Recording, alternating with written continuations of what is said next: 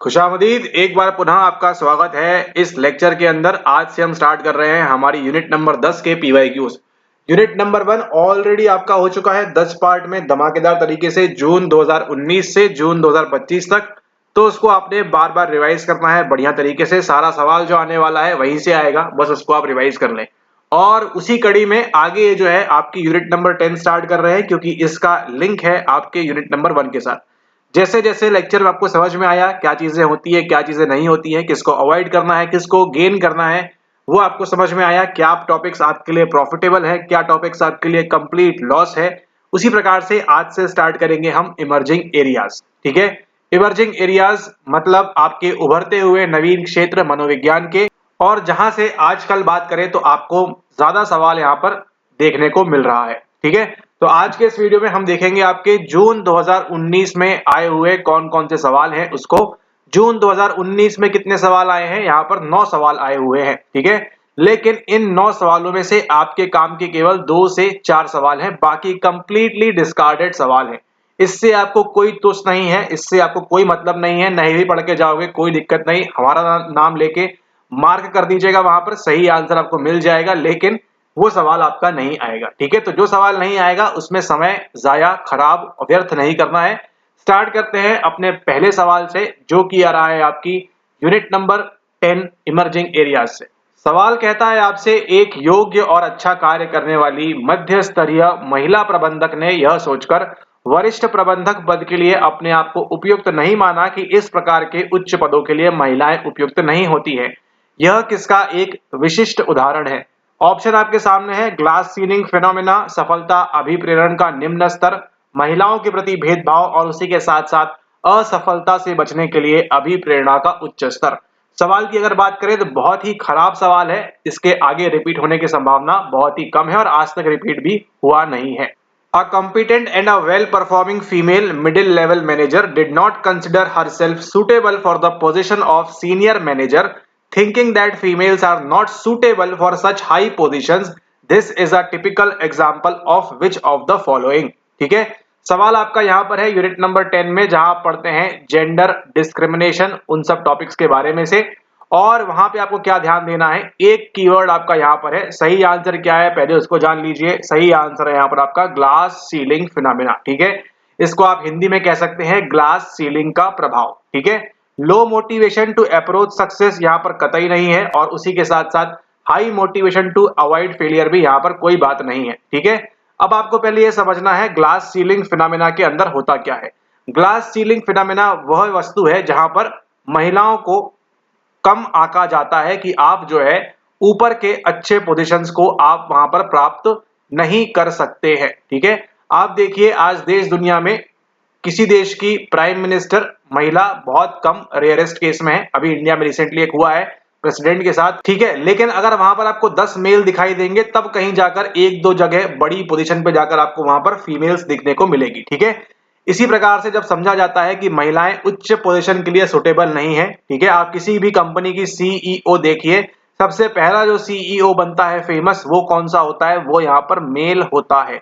चाहे आप Bill Gates की बात करें या फिर स्टीव जॉब्स की बात करें, सुंदर पिचई की बात करें, किसी भी XYZ पर्सन की बात करें, तो वहां पर मेल ही देखने को मिलता है। ठीक है, क्यों?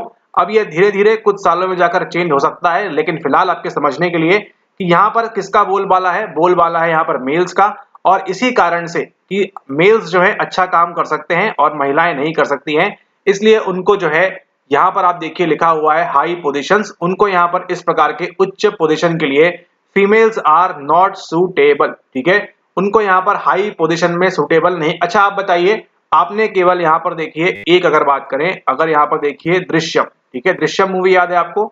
वही 4 अक्टूबर 3 अक्टूबर, ठीक है, आश्रम में गए, पिज्जा खाया, पाव भाजी खाई, वो वाला। तो वहां पर ध्यान दीजिएगा, वहां पर जो डीआईजी रहती है वो केवल आप फीमेल देखा है आपने वहां पर। ठीक है, उसके अंदर डीआईजी या कोई बड़ी पोजीशन में जो रहती है वो एक्ट्रेस, वो रहती है वहां पर डीआईजी, उस लड़के की माँ। ठीक है, लेकिन इस दृश्यम के अलावा आप जितनी भी मूवी देखेंगे, अलग से जो भी आप मूवी देखेंगे, उसमें आपको हायर पोजीशन पे कौन देखने को मिलता है? आपको मेल्स देखने को मिलते हैं यहाँ पर। ठीक है, तो ये क्या है? यही आपका ग्लास सीलिंग फिनोमेना है कि महिलाओं को जो है उच्च पोजीशन के लिए प्रेफर नहीं किया जाता है, ये सोचकर कि वो अपना परफॉर्मेंस अच्छा नहीं दे पाएंगी। ठीक है, घर का काम है, ये है, वो है, सब की चीजों को ध्यान में रखते हुए इस प्रकार से इसका उत्तर होता है आपका option number 1 glass ceiling phenomena. यहाँ पर आपको ये फिनोमेना जो है ये ध्यान रखना है, इस सवाल में सबसे ज्यादा कुछ इंपॉर्टेंट है आपके लिए तो वो ये है। अब यहाँ पर देखिए, जैसे आपको ये ग्लास सीलिंग फिनोमेना बताया, इसी से संबंधित एक और फिनोमेना है जिसको आप बोलते हैं ग्लास क्लिफ के रूप में। ठीक है, अब ये ग्लास क्लिफ क्या होता है इसको हम समझेंगे आगे आने वाले लेक्चर्स में, जब उससे संबंधित यहाँ पर टॉपिक आएगा, और इसी के आधार पर आपको जाकर आगे एक पीवाईक्यू रिपीट भी होने वाला है। ठीक है, ओके। अब यहाँ पर देखिए सेकेंड और फोर्थ ऑप्शन, ये आपको देखिए किस प्रकार से 2024 के अंदर आपको ये पीवाईक्यू रिपीट किया गया। अब इसका संबंध किससे आपको पता है, आपको जानकर आश्चर्य होगा, इसका संबंध है आपके एटकिंसंस की अचीवमेंट मोटिवेशन थ्योरी से। एटकिंसंस अचीवमेंट मोटिवेशन थ्योरी। ठीक है, अभी आपको ये भी नहीं पता होगा कौन से वर्ष में आई थी, ये आई थी 1957 में।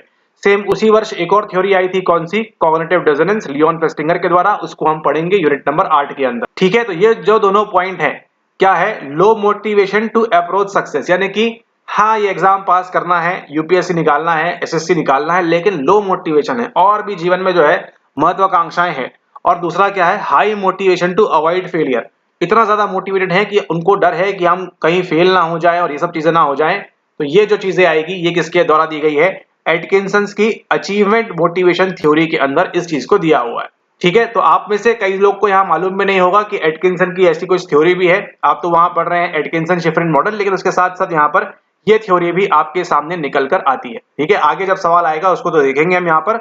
और तीसरा जो ऑप्शन आपके सामने यहाँ पर है वो है आपके जेंडर डिस्क्रिमिनेशन को लेकर। तो यहाँ पर कुछ बताने की अलग से आवश्यकता है नहीं आपको, महिलाओं में और पुरुषों में, मेल्स एंड फीमेल्स में एंड पुरुषों में यहाँ पर। ठीक है, अभी यहाँ पर ट्रांसजेंडर भी आ जाएगा धीरे धीरे। देखिए आगे जाकर ये सवाल आपका जो है LGBTQI कम्युनिटी पे भी यहाँ पर लागू होगा।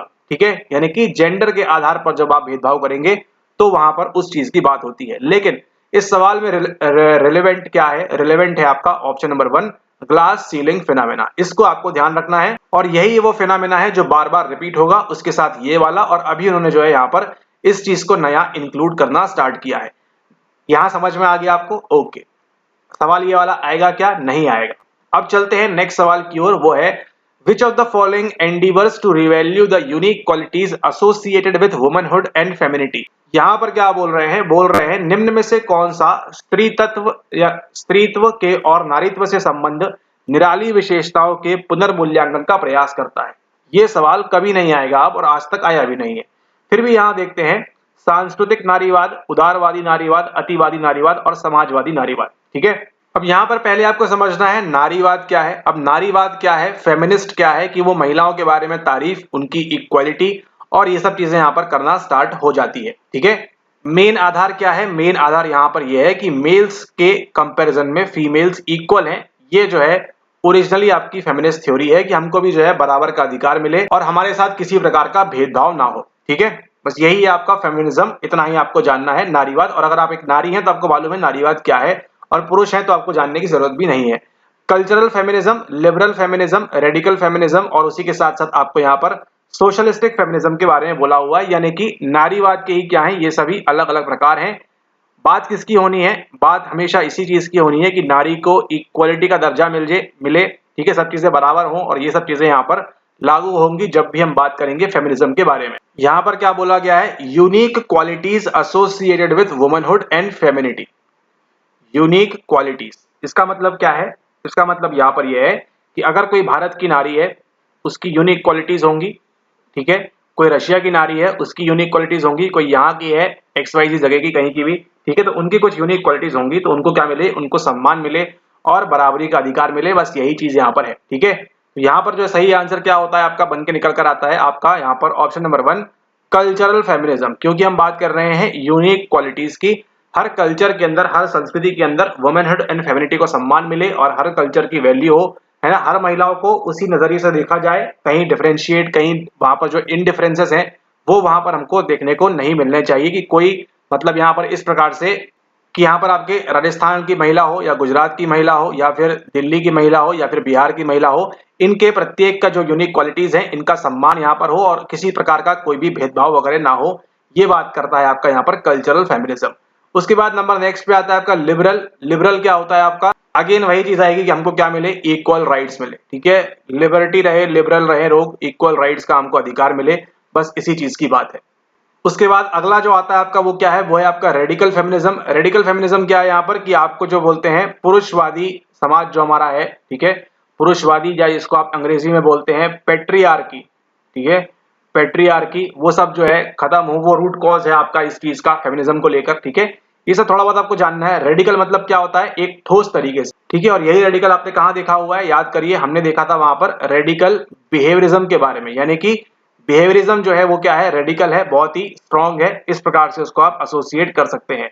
नंबर नेक्स्ट पे आता है आपका यहाँ पर सोशलिस्ट फेमिनिज्म, ठीक है। अब यहाँ देखिए क्या बात करेंगे, समाजवादी बात करेंगे कि समाज में नारी को इक्वलिटी मिले, ये सब चीजें जो यहाँ पर है, ये सब चीजें यहाँ पर होनी चाहिए इस वाले के अंदर, आपका सोशलिस्ट फेमिनिज्म के अंदर।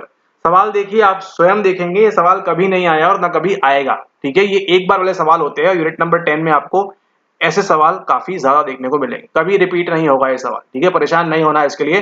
सही आंसर जो आपका है यहाँ पर वो है कल्चरल फेमिनिज्म। एग्जाम से पूर्व एक बार जाके इस पीडीएफ को देख लेना है क्या क्या लिखा हुआ है, उसको उतना ही ध्यान रखना है क्योंकि एग्जाम में तो आएगा नहीं, तो उससे ज्यादा आपके काम का है भी नहीं, ठीक है। ओके, नेक्स्ट चलते हैं। यहाँ पर अगला सवाल देखिए, ये भी एक बार पूछा गया है, उसके बाद से ये सवाल भी आपका नदारद है। When people are pressurised to admit guilt but privately continue to believe in their own innocence, choose the correct answer of the above statement. अब यहाँ पे आपने सीखना है कि जब भारत में क्या होता है कि जब मान के चलिए किसी एक नेता के किसी लड़के ने या नेता की किसी एक लड़की ने ऐसा कुछ अभद्र व्यवहार कर दिया, ठीक है, अभद्र व्यवहार कर दिया जो समाज में नहीं करना चाहिए था, लेकिन उसके बावजूद भी क्या हो रहा है, उस नेता का बच्चा बच्ची जो है बच जाता है और कोई सी तीसरे व्यक्ति को वहां पर ले जाकर क्या बोला जाता है कि तुम ये जो है गुनाह कबूल कर लो। आपने कभी ना कभी लाइव या फिर न्यूज में या फिर मूवीज में आपने ये वाला एग्जाम्पल जरूर कभी ना कभी आपने यहाँ पर देखा होगा, ठीक है। अब जो आदमी यहाँ पर गुनाह कबूल कर रहा है उसके बारे में आपको सोचना है, ठीक है, ये जो आदमी है गुनाह कबूल कर रहा है।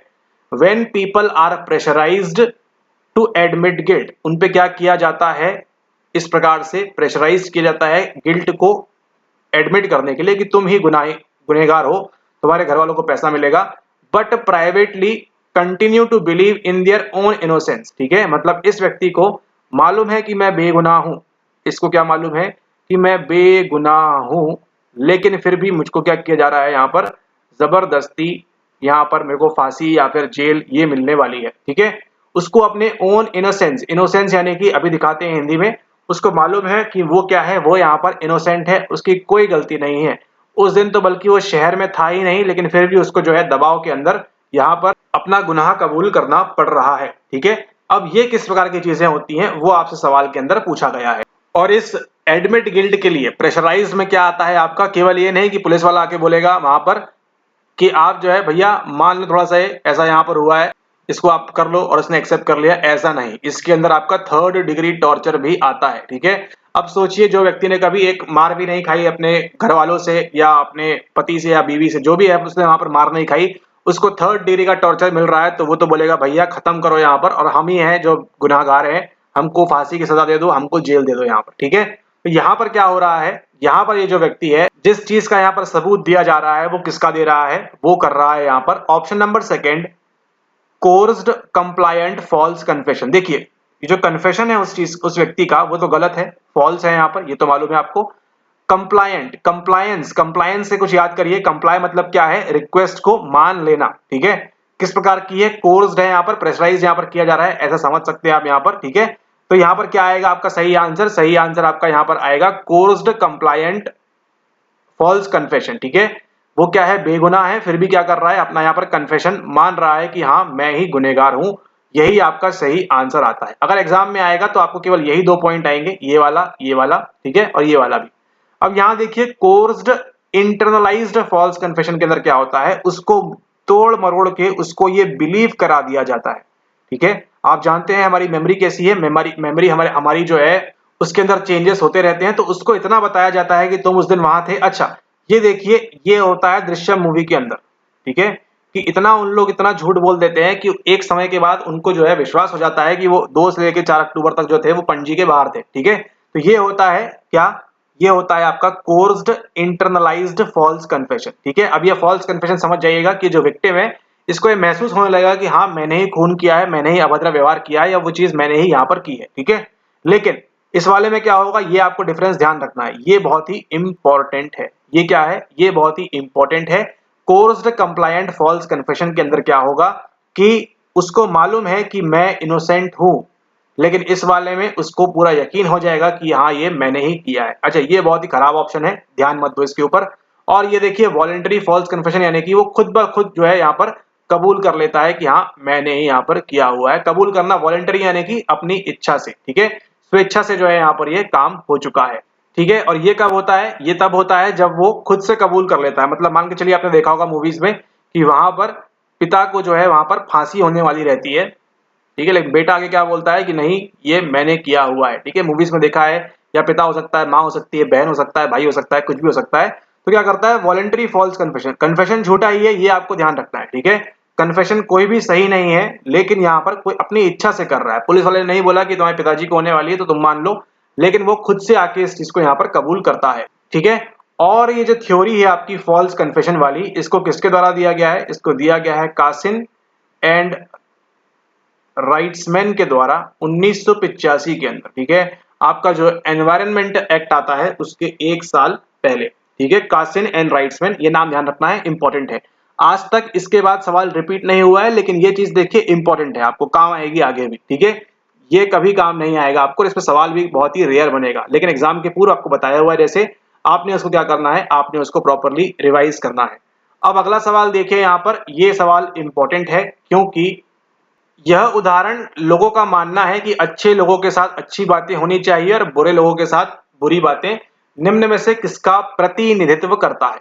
ठीक है, the quotation people believe good things should happen to good people, अच्छे लोगों के साथ अच्छा हो और बुरे लोगों के साथ बुरा हो, ये क्या बात करता है, blank out hypothesis, just world, Karma और रिट्रीब्यूशन हाइपोथेसिस। यहां पर इन तीनों में से क्या सही होगा उसको आपको फाइंड आउट करना है। फिलहाल देखिए सही आंसर क्या है, यहाँ पर जस्ट वर्ल्ड हाइपोथेसिस।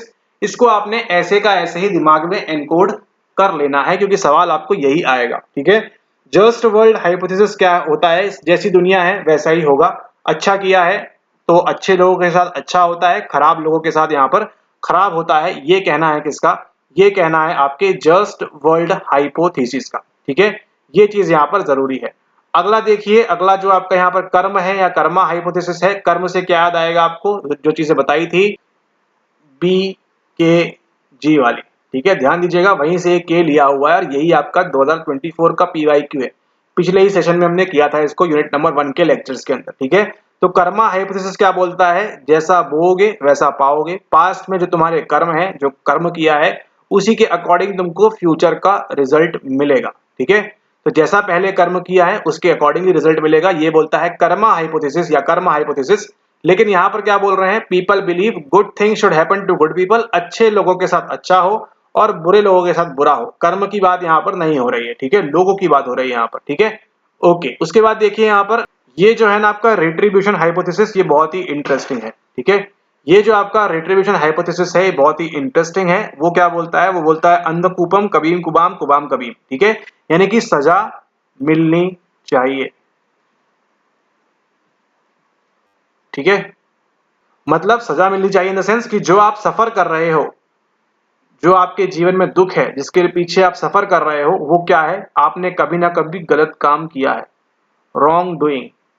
आपने जो पहले गलत काम किया है उसकी वजह से आपको ये सजा मिल रही है, ये आप सफर कर रहे हो आज की तारीख में। ठीक है, और बट ऑब्वियस सी बात है, अगर आपके यहाँ पर जो कर्म है वो बैठ रहे होंगे तभी आपको ये सफरिंग हो रही है। ठीक है, मतलब अगर आपको आज कैंसर हो चुका है तो इसका मतलब ये है कि आपने बहुत पहले अल्कोहल वगैरह, स्मोकिंग वगैरह आपने बहुत ज्यादा की होगी, तो उसी वजह से आपको जो आपके रॉन्ग डूइंग थी, आपकी जो आपने गलत कर्म किया हुआ है उसकी वजह से आपको ये सभी सीधी चीजें यहाँ पर देखने को मिल रही है।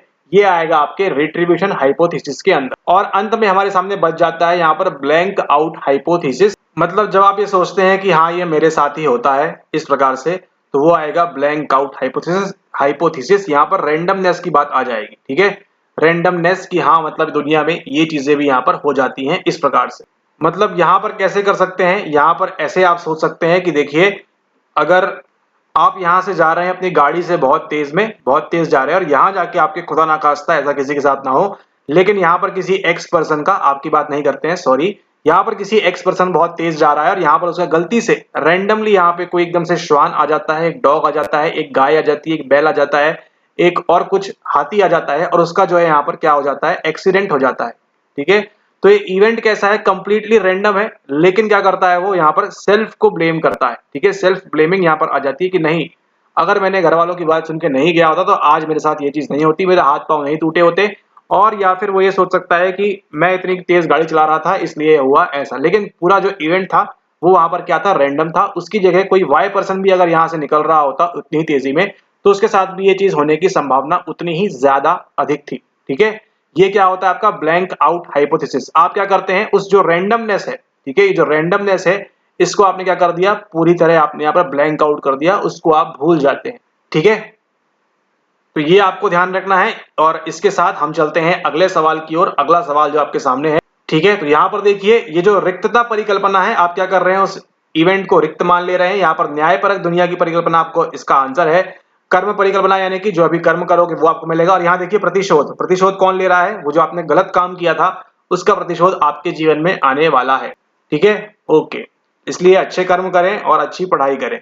अगला सवाल देखिए, repeated presentation of negative events in mass media may lead to increase in the occurrence of such negative events because of, यानी कि जो टीवी में आप देख रहे हैं नेगेटिव इवेंट, ठीक है, उसकी वजह से क्या होगा, नेगेटिव इवेंट और ज्यादा बढ़ जाएंगे। ये कौन सा इफेक्ट बोलता है, विथर इफेक्ट, कंटेगियन इफेक्ट, फ्रीक्वेंसी इफेक्ट और क्रिस्पी इफेक्ट। और यही जो क्रिस्पी है आपको क्रिस्पी करते हुए आने वाली है 2024 के PYQ के अंदर। ठीक है, ये भी आएगा, ये भी आएगा, ये भी आएगा, ये भी आएगा, सब कुछ आएगा। केवल आपने PYQ जैसे हम करा रहे हैं वैसे करते चलना है और उसको रिवाइज करना है बार बार। सवाल बोल रहा है, जनसंचार माध्यमों में नकारात्मक घटनाओं की पुनरावृत्ति परक प्रस्तुति से ऐसी नकारात्मक घटनाएं और अधिक किस कारण से घटती है, विदर प्रभाव, संसर्ग प्रभाव, पुनरावृत्ति प्रभाव या फिर क्रेस्पी प्रभाव।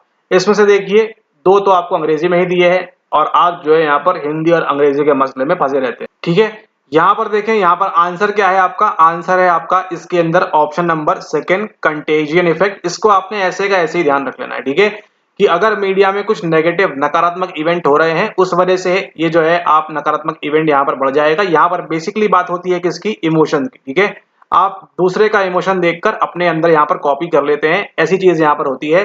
तो repeated presentation of negative events, अगर आप यहाँ पर कंटिन्यूसली नेगेटिव नेगेटिव नेगेटिव देख रहे हैं तो occurrence of such negative event होगा because of your contagion effect. ठीक है, ये आपको ध्यान रखना है फिलहाल के लिए। अब यहाँ पे आपको ध्यान रखना है 1982 के अंदर एक व्यक्ति थे जिनका नाम क्या था, लियो क्रेस्पी।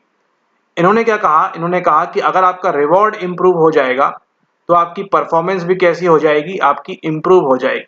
ठीक है, रिवॉर्ड इंप्रूव हो जाएगा तो आपकी परफॉर्मेंस भी इंप्रूव हो जाएगी और रिवॉर्ड डाउन हो जाएगा तो आपकी परफॉर्मेंस भी क्या हो जाएगी, वो डाउन हो जाएगी। मतलब डिपेंडिंग अपॉन द स्टिमुलस, आपको सामने से क्या मिल रहा है उसके अकॉर्डिंगली आप जब काम करेंगे उसको क्या बोलते हैं, उसको बोलते हैं यहाँ पर क्रेस्पी इफेक्ट, क्रेस्पी प्रभाव। ठीक है, मतलब अगर आपको बोला जाए कि आपको पूरा चीज करने के या कुछ काम अगर आपको करना है उसके आपको 100 रुपए मिलेंगे तो आप शायद उस काम को नहीं करोगे, लेकिन वही बोला जाए कि आपको उस काम के आपको 10,000 रुपीज मिलेंगे, आप सारा काम छोड़ के वही काम करने के लिए लग जाओगे। यही क्या है, यही आपका यहाँ पर क्रिस्पी प्रभाव होता है। अब यहाँ पर फ्रीक्वेंसी प्रभाव क्या कहता है, यहाँ पर फ्रीक्वेंसी प्रभाव यहाँ पर कहता है कि अगर आपको कोई चीज बार बार दिखाई जाए, जैसे आपने देखा है टीवी में एड वगैरह आता है, ठीक है, कि हमारे डॉक्टरों ने शोध करके ये पाया है कि डेटॉल जो है 99.9% करता है। तो देखिए इतना समा चुका है आपके हमारे अंदर कि अब 99.9% मतलब देखिए तुरंत आपको डेटॉल ही याद आता है, भले ही वो करता हो नहीं करता हो, लेकिन इतना फ्रीक्वेंटली हमको दिखा दिया गया है, इतना होता है। आप सोचिए, आप खुद याद करिए कि कोई भी ऐसी दवाई या कोई भी ऐसी चीज जो आपको एकदम 99.9% आपको कीटाणु मारती है, सबसे पहले अगर आप एक सामान्य व्यक्ति हैं तो सबसे पहले आपको, अगर भारत में रहे हैं आप और थोड़ा बहुत टीवी देखा है आपने, सबसे पहले आपको जो है डेटॉल का ही एड याद आएगा। उसके बाद आपको सेवलॉन, विम, रिन और जो है ये सब आपको यहाँ पर याद आएगा। क्यों? क्योंकि उसकी फ्रीक्वेंसी इतनी ज्यादा है। ठीक है, तो ये आपको ध्यान रखना है इस चीज के बारे में। उसको हम क्या कर लेते हैं, उसको हम सत्य मानना स्टार्ट कर देते हैं, भले ही वो हो ना हो।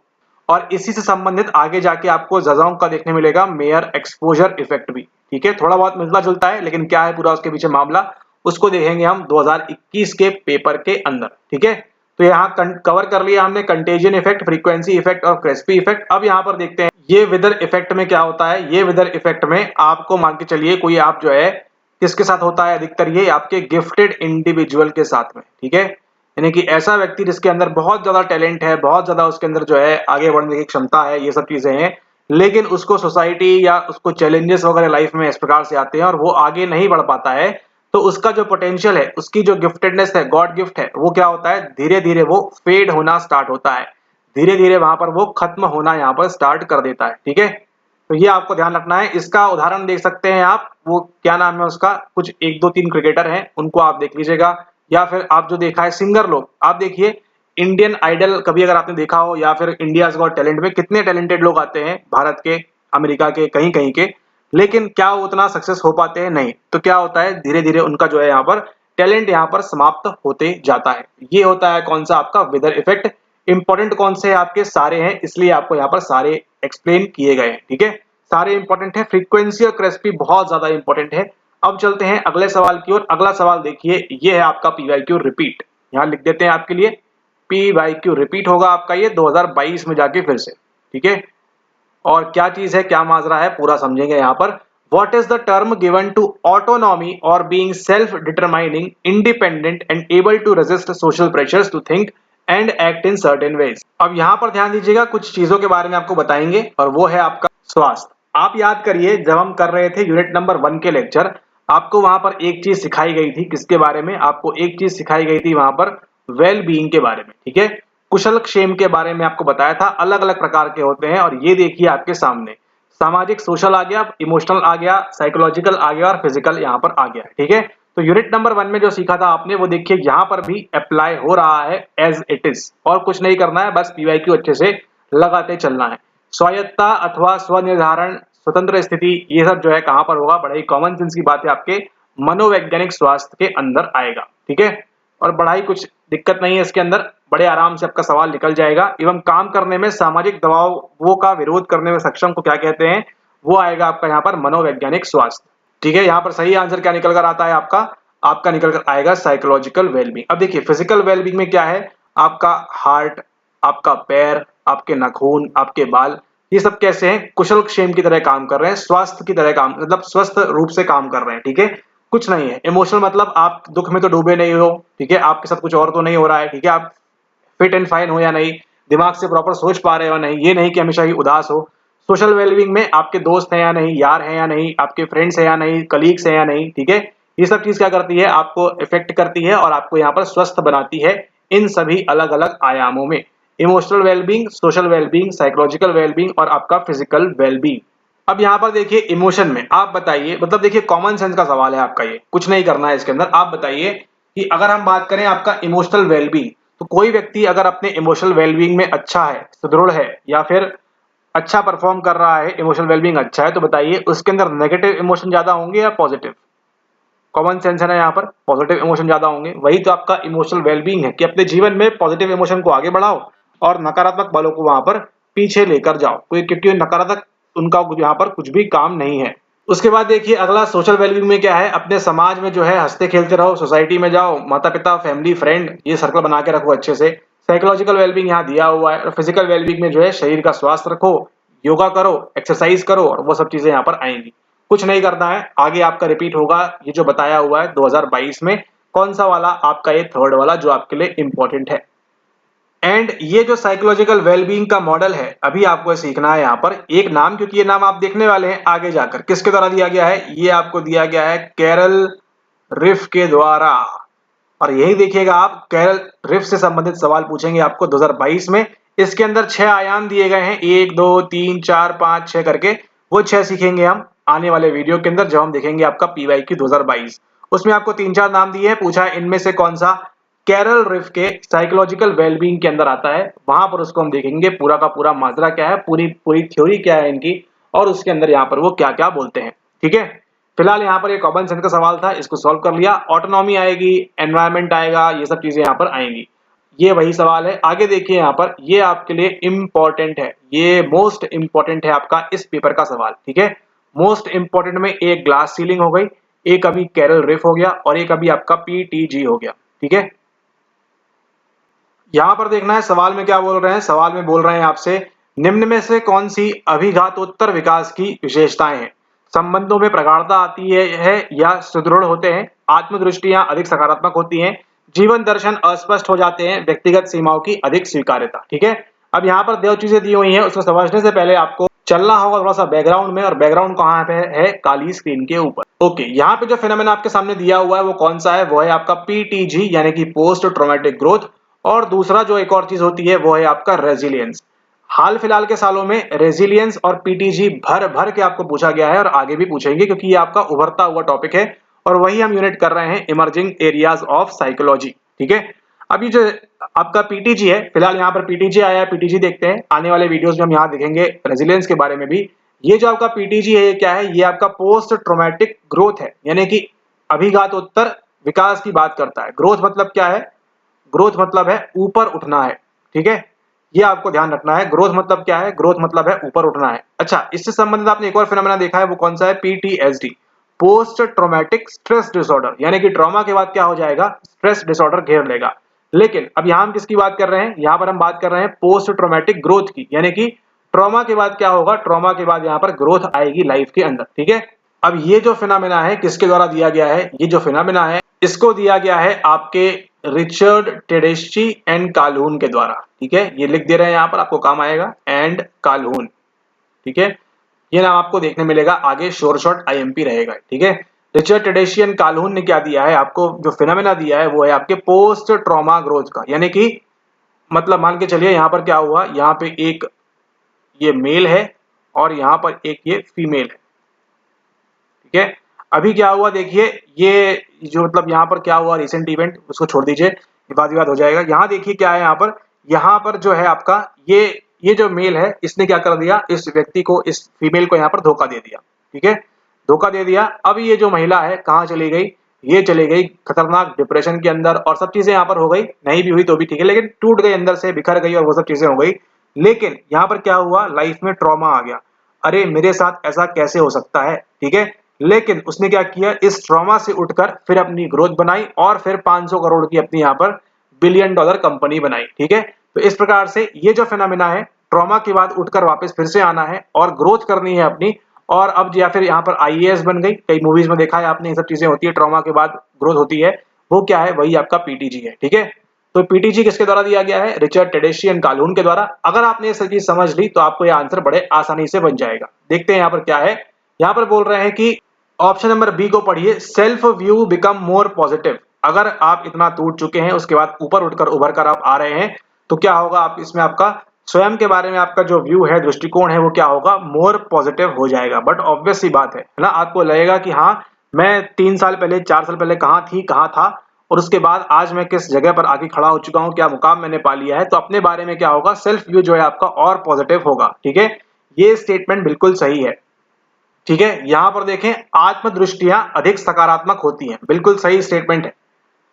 अब यहां देखिए क्या है, व्यक्तिगत सीमाओं की अधिक स्वीकार्यता, ये भी बिल्कुल सही स्टेटमेंट है। और आपका संबंधों में प्रगाढ़ता आती है या सुदृढ़ होते हैं, ये भी बिल्कुल आपका सही स्टेटमेंट है। केवल आपको ये स्टेटमेंट पढ़ना है, सी में क्या दिक्कत हो रही है। जीवन दर्शन अस्पष्ट हो जाते हैं। क्या आपको लगता है कोई व्यक्ति इतने ट्रॉमा के बाद उठ के ऊपर आया है और उसके जीवन दर्शन का, यानी कि लाइफ में मुझे क्या करना है, वो अस्पष्ट हो जाएगा कि स्पष्ट हो जाएगा? ठीक है, वही फर्क है, और इसी वजह से आपका ये सी एलिमिनेट होता है। जैसे ही आप देखिए सी को एलिमिनेट करते हैं, 3 जगह सी दिया हुआ है। एनटीए को केवल ये चाहिए कि आपको ये मालूम है या नहीं, सी सी सी, आंसर आपका यहाँ पर सी है। ठीक है, तो ये बात आपको ध्यान रखनी है। रिलेशनशिप्स आर स्ट्रेंथन्ड और इनहेंस। ठीक है, अब ये संबंध किसके साथ हो सकते हैं? खुद के साथ भी हो सकते हैं, अपने पड़ोसी के साथ भी हो सकते हैं, या फिर अन्य जो व्यक्ति जीवन में महत्वपूर्ण भूमिकाएं निभा रहे हैं उनके साथ भी यहाँ पर हो सकते हैं। ठीक है, तो ये पॉइंट भी आपको जो है यहाँ पर ध्यान रखना है, ये भी ध्यान रखना है। उसी के साथ साथ यहाँ पर greater acceptance of personal limitations. इस धोखे के बाद, इस ट्रॉमा के बाद इस महिला को मालूम पड़ गया कि हाँ, मेरी ये जो लिमिटेशंस है, मुझे इस तरह से काम करना है, या मैं किस प्रकार से काम कर सकती हूँ, कर सकती हूँ या कर सकता हूँ, जो भी वहां पर्सन है उसके पर्सपेक्टिव से बोलेंगे तो क्या होता है, उसका ग्रेटर एक्सेप्टेंस वहां पर आ जाता है कि अच्छा, मैं ये काम कर सकती हूँ, मैं ये काम नहीं कर सकता हूँ। इस प्रकार से जो है चीजें वहां पर क्लियर हो जाती है, यानी कि लाइफ जो है एक प्रकार से सॉर्ट हो जाती है। ठीक है, अब बताइए, जो व्यक्ति यहाँ पर सब चीजें छोड़ छाड़ के यहाँ पर आईएएस बन चुका है, इतने गंदे धोखे के बाद, इतने ट्रॉमा के बाद, ठीक है, अब उसकी लाइफ में अस्पष्टता की जगह कहाँ बची है? ठीक है, उसकी लाइफ में यहाँ पर अस्पष्टता की बिल्कुल भी जगह नहीं बची है, इसी वजह से ये स्टेटमेंट रॉन्ग होता है। लाइफ फिलोसफीज बिकम एम्बिगुअस, नहीं, ऐसा नहीं होता है, ठीक है, ये स्टेटमेंट बिल्कुल ही गलत है। सही आंसर कौन सा होता है आपका यहाँ पर? Option number second, A, B and D only. अगर आपने लाइफ में कभी इस प्रकार से पोस्ट ट्रॉमा, अच्छा यहाँ पर देखिए धोखे की बात थी, ठीक है, अब यहाँ पर देखिए कोविड-19, कोई ऐसा व्यक्ति भी हो सकता है जिसने कोविड-19 में अपना पूरा बिजनेस लॉस कर दिया हो, पूरा लैप्स हो गया हो, ठीक है, लेकिन उसने क्या किया, कोविड-19 के बाद आज 2025 में सबसे बड़ी कंपनी उसी की हो सकती है, या फिर कुछ और चीजें भी हो सकती है। ट्रॉमा किसी प्रकार का भी हो सकता है, पर्सनल, प्रोफेशनल, बिजनेस लेवल पे, पर्सनल लेवल पे, प्रोफेशनल लेवल पे, फैमिली लेवल पे, स्टूडेंट लेवल पे, और किसी भी लेवल पे आपका ये ट्रॉमा यहाँ पर हो सकता है। लेकिन उस ट्रॉमा से उठ के हमको आना है, वो किसके द्वारा बताया गया है? पीटीजी के बारे में वो बताया गया है आपको रिचर्ड ट्रेडिशन कालून के द्वारा, जो कि एक इंपॉर्टेंट कंसेप्ट है और आगे आपको देखने को मिलेगा। अच्छा, अगर आपने इतनी कहानी सुन ली है तो कहानी में आपको एक और चीज जाननी है, और वो है आपका क्या? वो है आपका यहाँ पर रेजिलियंस, ठीक है। अभी आपने जो चीज देखी यहाँ पर, उसी से एक और मिलती जुलती जो चीज है यहाँ पर, वो है आपकी यहाँ पर रेजिलियंस, ठीक है। रेजिलियंस क्या बोलती है, किसने दिया है, उसको हम देखेंगे आगे। लेकिन यहाँ पर क्या हुआ, यहाँ पर मान के चलिए ये जो व्यक्ति कोविड-19 वाला है, ये कमाता है 20,000 रुपए। कोविड के पहले, प्री कोविड 20,000 रुपए कमा रहा था, ठीक है। लेकिन फिर क्या हुआ, कोविड आया, कोविड नीचे ले गया इसको। कोविड-19 के दौरान कहां पहुंच गया वो यहाँ पर 000 रुपीज पे पहुंच गया। अब वो कुछ भी नहीं कमा रहा है यहाँ पर, ठीक है। लेकिन अब ये जो रेजिलियंसी है, ये क्या बोलती है, इसको उठ के कहां आना है, वापस फिर से 20,000 पे आना है या 25,000 पे आना है, जो भी है, मतलब उसी लेवल पे वापस यहाँ पर आना है, ठीक है। लेवल बराबर हो गया, इसको हम क्या बोलते हैं, इसको बोलते हैं बाउंस बैक। तो जब भी आपको देखने मिले बाउंस बैक करना, वो कहां देखने मिलेगा बाउंस बैक की बातें? बाउंस बैक आपको देखने मिलेगा इसके अंदर, रेजिलियंस के अंदर, ठीक है। रेजिलियंसी क्या है? Ability to bounce back. उस ट्रॉमा के बाद, उस धोखे के बाद आपको क्या है, डिप्रेशन में जाके आत्महत्या नहीं कर दी है, वहां से बाउंस बैक करना है वापस पुनः उसी कंडीशन के ऊपर। और जैसे ही आप उस कंडीशन को पार करके और ऊपर आ जाएंगे, तो कहां पर आ जाएंगे? आप आ जाएंगे वहां पर पोस्ट ट्रॉमेटिक ग्रोथ के अंदर, ठीक है। तो रेजिलियंस से बड़ा कंसेप्ट है आपका कौन सा? Post traumatic growth. इसलिए देखिए आपको यहाँ पर इस प्रकार से बताया हुआ है, ठीक है। तो 20,000 तक तो आना ही है, लेकिन 500 करोड़ की कंपनी खोल ली है, तो क्या करना होगा? पोस्ट ट्रॉमेटिक ग्रोथ में आना होगा। आई होप आपको यहाँ पर समझ में आया होगा क्लियरली। और ये चीज आपको इसलिए डीप में बताइए क्योंकि आगे आने वाले सवालों में आपके लिए ये बहुत इंपॉर्टेंट रहने वाला है। अगले 2-3 लेक्चर्स में आपको देखने नहीं मिलेगा, लेकिन उसके बाद आपको ये भर भर के पूछा जाएगा इस प्रकार के सवाल। अब आते हैं अगले सवाल की ओर, और देखिए एक सवाल तो आपने तुरंत निकाल लिया है। अभी जो आपको बताया उसके बेस पर, अभी जो आपको बताया उसके बेस पर, अभी जो आपको बताया उसके बेस पर देखो 5 सेकंड भी नहीं लगेगा आपको एग्जाम के अंदर सवाल सॉल्व करने को। ये होती है पीवाईक्यू की पावर हमारी वीडियो देखने के बाद। क्या लिखा हुआ है? कैरल रिफ लिखा हुआ है। क्या जानते हैं आप? साइकोलॉजिकल वेलबींग जानते हैं। कौन बोल रहा है सवाल आप गलत करेंगे एग्जाम में? कौन बोल रहा है पीवाईक्यू सेम पेपर में नहीं आता है? सेम पेपर में भी आया हुआ है पीवाईक्यू और आगे भी आएगा, ठीक है। तो अब आपने क्या ध्यान रखना है, उस चीज को अब हम यहाँ पर ध्यान से देखते हैं। कैरल रिफ ने बताया हुआ है साइकोलॉजिकल वेलबींग के बारे में, ठीक है। किसने बताया है? कैरल रिफ ने।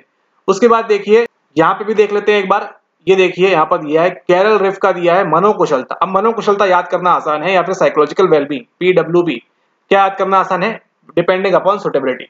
सेलिगमैन की हस्ताक्षर शक्ति, विक्टर फ्रैंकल, कुछ गलत गलत भी दिया हुआ है, पक्ष अभिघात वृद्धि के बारे। अब यहाँ देखिए, यहाँ पर देखिए आपको धीरे धीरे जो है लेक्चर्स कंप्लीट करेंगे, समझ में आएगा एनटीए किस प्रकार से आपको जो है गलत गलत चीजें भी सिखाता है, गलत गलत चीजें भी बताता है। लेकिन आप हमारी वीडियो देख रहे हैं, इस गोल्ड पीवाईक्यू प्रोग्राम का हिस्सा है, तो जो पीवाईक्यू में सही चीजें हैं वो आपको मालूम पड़ेगी, जो गलत चीजें हैं वो भी मालूम पड़ेगी, कहाँ ध्यान देना है कहाँ ध्यान नहीं देना है, सब कुछ यहाँ पर क्लियर होगा।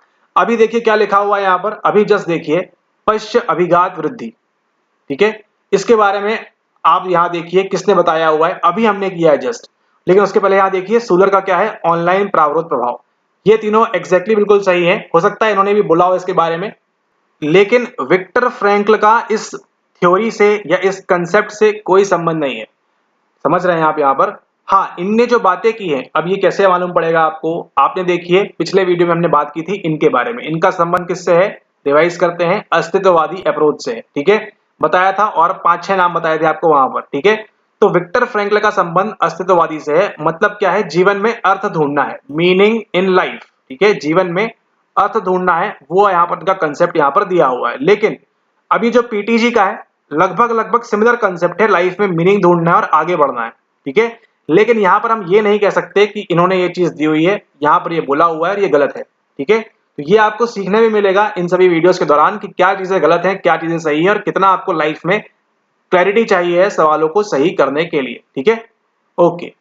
तो विक्टर फ्रैंकलिन ने दिया हुआ है पोस्ट ट्रॉमेटिक ग्रोथ, बिल्कुल गलत बात है। अभी आपने देखा है ऊपर वाले सवाल में, देखो भैया यहां बताया है चीख चीख चिल्ला चिल्ला के आपको कि रिचर्ड टेडेशियन कालून ने आपको पीटीजी का formula, I mean formula in the sense ये कंसेप्ट दिया हुआ है। तो सवाल ही पैदा नहीं होता कि 100 साल पहले जन्मा व्यक्ति, 100 साल तो नहीं बट हाँ 50-60 साल पहले जो व्यक्ति था वो आपको यहाँ पर पीटीजी के बारे में बोलेगा। समझ रहे हैं आप, कंसेप्ट सिमिलर है। ठीक है ना, याद करिए वो वाला एग्जांपल तेल और वाटर वाला, तेल और वाटर वाला। ठीक है, पतली सी लाइन है वहीं पर, लेकिन आप बाकी को देखिए, बाकी ने दिया हुआ है। कैरल रिफ का यहाँ पर आपको ये दिया हुआ है साइकोलॉजिकल वेलबींग 100%, सेलिगमैन का सिग्नेचर स्ट्रेंथ, ठीक है, सुदर का भी यहाँ पर ऑनलाइन इनहिबिशन डिसइनहिबिशन होता है वो यहाँ पर दिया हुआ है। ठीक है, ठीक है। तो थोड़ी बहुत गलतियां हैं, आपको उनको सीखना है और सही चीजों को इंप्लीमेंट करना है। फिलहाल के लिए अभी देखिए सही आंसर आपका ऑप्शन नंबर 1 यहाँ पर चला आ रहा है और ये बिल्कुल सही स्टेटमेंट है, यहाँ पर ये बिल्कुल सही आंसर है। ठीक है, अब इनके अंदर क्या क्या कंसेप्ट है उनको आप देखेंगे आने वाले वीडियोस के अंदर, जहां पर इनको और डिटेल में यहाँ पर समझा जाएगा। अब यहाँ देखिए सेलिगमैन के बारे में क्या जानते हैं, लर्न्ड ऑप्टिमिज्म दिया हुआ है, लर्न्ड हेल्पलेसनेस दी हुई है, परमा मॉडल दिया हुआ है। ठीक है, और भी कई सारी चीजें हैं, इनके बारे में डिस्कस करेंगे जैसे जैसे आपके पेपर में ये टॉपिक्स आते जाएंगे। ठीक है, ओके, नेक्स्ट सवाल पे चलते हैं। नेक्स्ट सवाल आपका देखिए, इसमें आपको कुछ नहीं करना है, एक चीज आपको बस मैच करनी है। ये भी आपने पीवाईक्यू में किया हुआ है, देखिए भर भर के पीवाईक्यू रिपीट हो रहा है। कौन बोल रहा है आपसे पूरा पढ़ लो, यहां पर देखो केवल क्या लिखा हुआ है ऑप्शन नंबर बी में, हेडोनिक एडेप्टेशन। आपको नहीं बनता है? बनता है, बिल्कुल बनता है। क्या हमने आपको हेडोनिक एडेप्टेशन के बारे में बताया कि applying conscious awareness enjoyment experiences, इसके बारे में बताया क्या? नहीं बताया। हरी सिंड्रोम बताया क्या? नहीं बताया। पॉजिटिव इमोशन के बारे में हमने बात की क्या? ये बात नहीं की। हमने क्या बताया आपको? Happiness due to circumstances tends to temporary. याद कीजिए वाला एग्जांपल, आइसक्रीम खाने वाला। घूम फिर के कहानी हेडेमोनिया यूडेमोनिया पे ही आएगी। अगर आपको ये पता चल गया बी के साथ सेकंड जाएगा, देखो केवल एक ऑप्शन में है। ठीक है, केवल एक ऑप्शन में है, आंसर निकल चुका है, अगले सवाल पे चल देना है आपने। ठीक है, एग्जाम के अंदर ये आपको ध्यान रखना है, इतनी क्लैरिटी से आपको बनना स्टार्ट होना चाहिए धीरे धीरे। ठीक है, बनेगा, अभी तो बन रहा है, आगे भी बनेगा धीरे धीरे। ठीक है, तो अब यहाँ देखिए क्या है सेवरिंग, मतलब ये देखो पीवाईक्यू, ये पीवाईक्यू है 22 में, फिर से उठा के पटकेंगे आपके सामने। ठीक है, टाइप ए बिहेवियर घिसा पिटा सवाल है, रिपीटेड, मोस्ट रिपीटेड। अब यहाँ देखिए टाइप ए यहाँ थोड़ी ना पढ़ते हैं आप, टाइप ए पढ़ते हैं पर्सनैलिटी में 9वें नंबर में, लेकिन यहाँ भी दिया हुआ है। ठीक है, और अनडूइंग हाइपोथेसिस यानी कि wither hypothesis, contagion hypothesis, karma hypothesis, just world hypothesis के साथ साथ एक और ले लो आप यहाँ पर अनडूइंग हाइपोथेसिस। कुछ मत करो, positive emotions lead to a quick recovery from detrimental effect. ये इंपॉर्टेंट है, लग रहा है हमको यहाँ पर ये इंपॉर्टेंट है। अनडूइंग हाइपोथेसिस क्या बोल रहा है कि सकारात्मक जो आपके इमोशन है उससे क्या होगा, आपको जल्दी रिकवरी होगी। मतलब अगर आपकी तबियत खराब है तो ये सोचने के बजाय कि मेरी तबियत खराब है कैसे होगा क्या होगा, आप ये सोचें पॉजिटिव इमोशन लाए, मैं ठीक हूँ स्वस्थ हूँ, आप जल्दी वहां पर ठीक होंगे। बस इतना ही कहना है यहाँ पर, इसके अलावा और कुछ भी नहीं। ठीक है, ओके। टाइप ए बिहेवियर क्या है? ऑप्शन नंबर फर्स्ट यहाँ पर जो है इसका यहाँ पर सही आंसर होता है। टाइप ए बिहेवियर क्या है आपका? हरी सिंड्रोम, आप हमेशा जल्दी में रहते हैं। ठीक है, ये पढ़ेंगे हम यूनिट नंबर 7 के अंदर जब सवाल करेंगे। और सेवरिंग मतलब क्या है? Applying conscious awareness enjoyment experiences, कि आप जो है ध्यानपूर्वक एंजॉय करें और सब चीजें करें, ऐसा समझ लो फिलहाल के लिए। आगे जो हम सवाल देखेंगे वो देखेंगे आपके यहाँ पर दिसंबर 2019 का, कि दिसंबर 2019 के अंदर आपके कितने सवाल आए थे? आपके आए थे यहाँ पर 7 सवाल। यहाँ पर देखिए सेवरिंग, सुखद अंतरण, type A behaviour, undoing hypothesis. देखिए हिंदी को अंग्रेजी में लिख रहे हैं 3 जगह, तो अंग्रेजी में आपको स्विच करना जरूरी है। ऑप्शन नंबर 1 यहाँ पर सही आंसर होता है। ठीक है, ओके। तो इसी के साथ यहाँ पर समाप्त होती है आज की वीडियो। हमने देखा आपके जून 2019 के 9 सवाल जो आपके आए थे और इंपॉर्टेंट थे, कुछ कुछ चीजें इंपॉर्टेंट थी, कुछ कुछ चीजें इंपॉर्टेंट नहीं थी।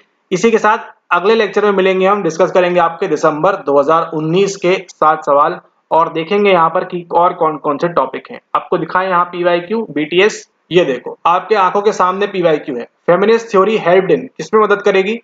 इसको देखेंगे हम। उसके साथ देखो एक और पीवाईक्यू यहाँ पर, ये देखो ये रहा, सुधर आ गया फिर से लेके।